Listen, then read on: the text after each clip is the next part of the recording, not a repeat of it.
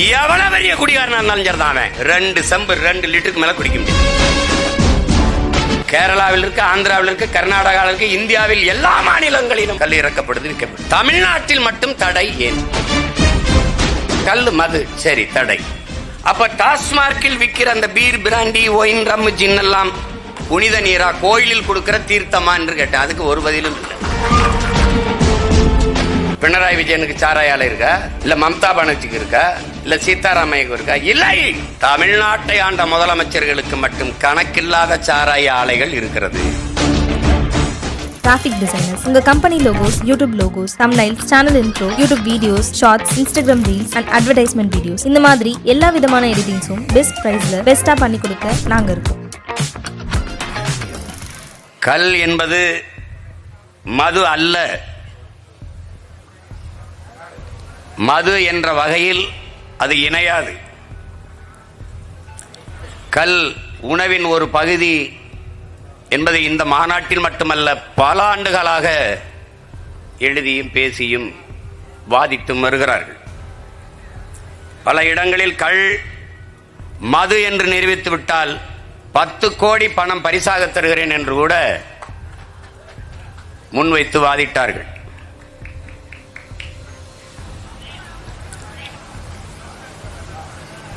இங்கே அறிவார்ந்த பெருமக்கள், எனது அன்பு சொந்தங்கள் இடத்திலே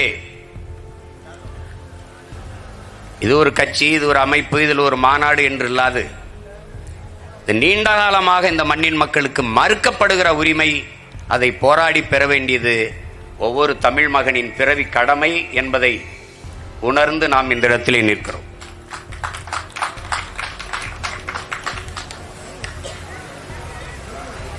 தொடக்கத்திலிருந்து இந்த போராட்டத்தில் ஈடுபாட்டோடு நாங்கள் கலந்து கொண்டு பங்கேற்க காரணம், தாய்ப்பாலோடு பனம்பாலையும் உண்டு வளர்ந்தவர்கள் என்கிற பாசத்தால் தொடர்ந்து இந்த களத்திலே நிற்கிறோம்.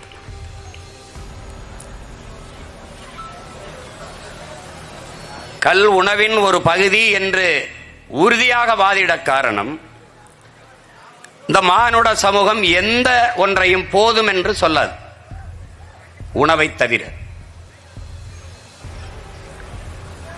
ஆனால் கல், இப்போ சீமச்சாராயம், இப்ப டாஸ்மார்க் கடையிலே விற்கிற சரக்கை அல்லது பீரையோ, பிராண்டியோ, விஸ்கியோ, ரம்மையோ, ஜின்னையோ, ஒயினையோ எதை குடித்தாலும் அது போதும் என்று சொல்ல மாட்டான். மயங்கி தன்னிலை மறந்து கீழே விழுகிற வரை குடிப்பான். ஆனா எவ்வளவு பெரிய குடிக்கக்கூடியவனாக இருந்தாலும் 2 லிட்டர் அல்லது 2 செம்பு 3 செம்புக்கு மேலே கல்லை அருந்த முடியாது. அதற்கு மேலே போதும் என்று சொல்லுவானேயானால், உணவை தவிர எது ஒன்றையும் மனிதன் போதும் என்று சொல்ல மாட்டான், கல்லை போதும் என்று சொல்வான். சங்க இலக்கியங்களில் இருந்தே கல் இருக்கிறது. கல்லுண்ணாமையே நமது மூதாதை வள்ளுவ பெருமகனார் மறைமொழியில் பாடியிருந்தாலும், இங்கே உங்கள் மூதாதை கல்லுண்ணாமையை பாடிவிட்டாரே வள்ளுவன். கொல்லான் புலான் மறுத்தானை கைகூப்பி எல்லா உயிரும் தொழும், அதான் அவன் பாடியதுதான். கொலையில் கொடியோரை வேந்தொருத்தல் பைங்குல் கலை கட்டதனோடு நேர், அதுவும் அவன் பாடியதுதான். உயிர்களை கொல்லாதே என்று பாடிய அவன்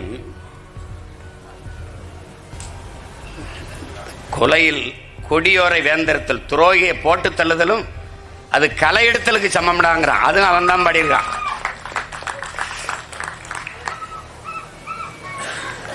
ஆனால் இன்றைக்கு எங்கள் மூதாதை இருந்தால் கல் உண்ணாமையை பாட மாட்டான், கல் உண்ணாமல் இருந்தால் அதை வசை பாடியிருப்பான்.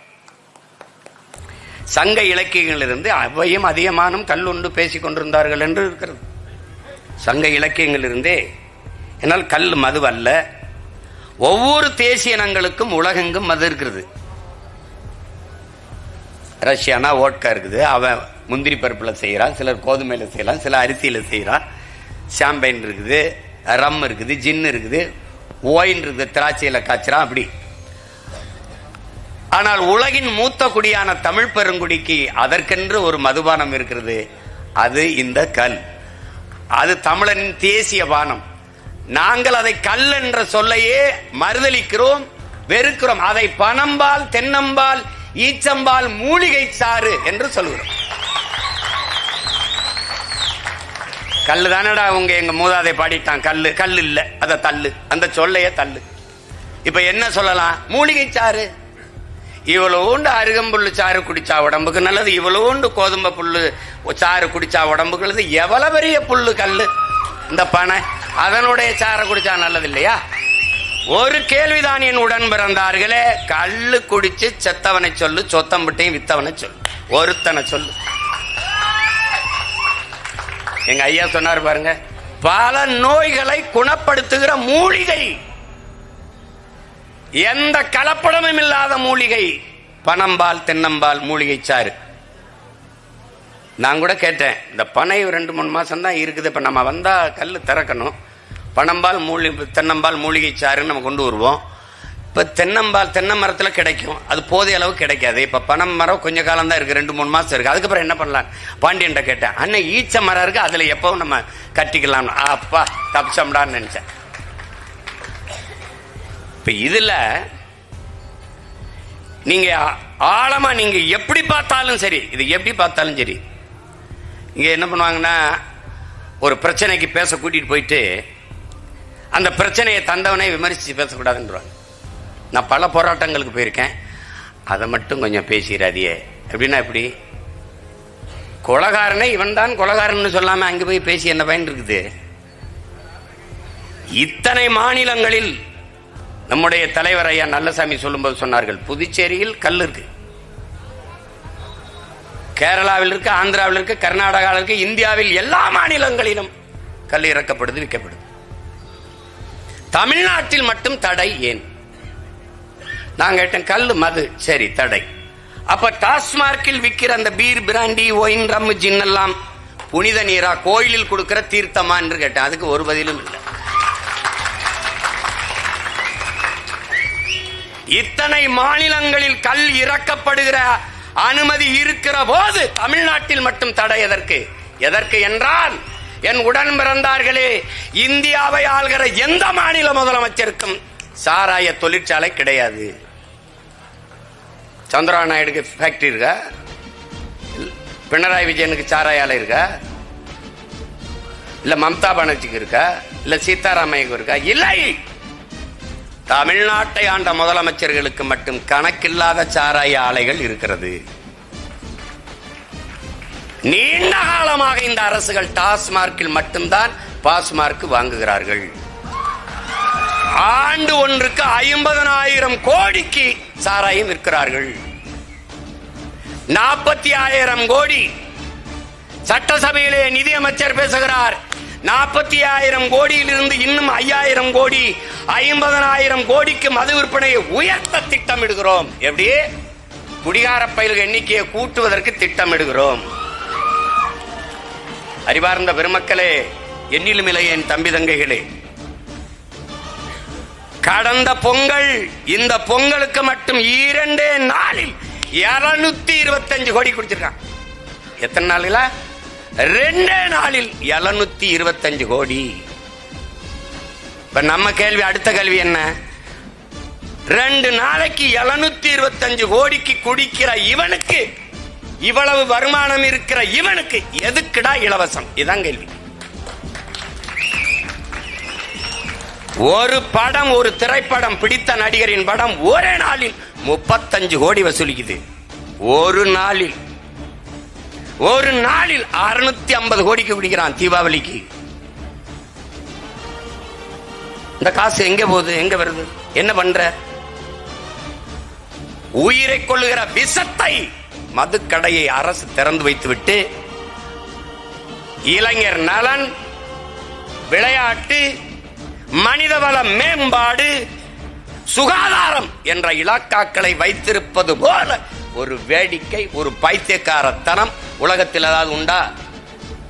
100 குற்றங்களில் 90 குற்றங்கள் நிறைந்த போதையில் நிகழ்கிறது.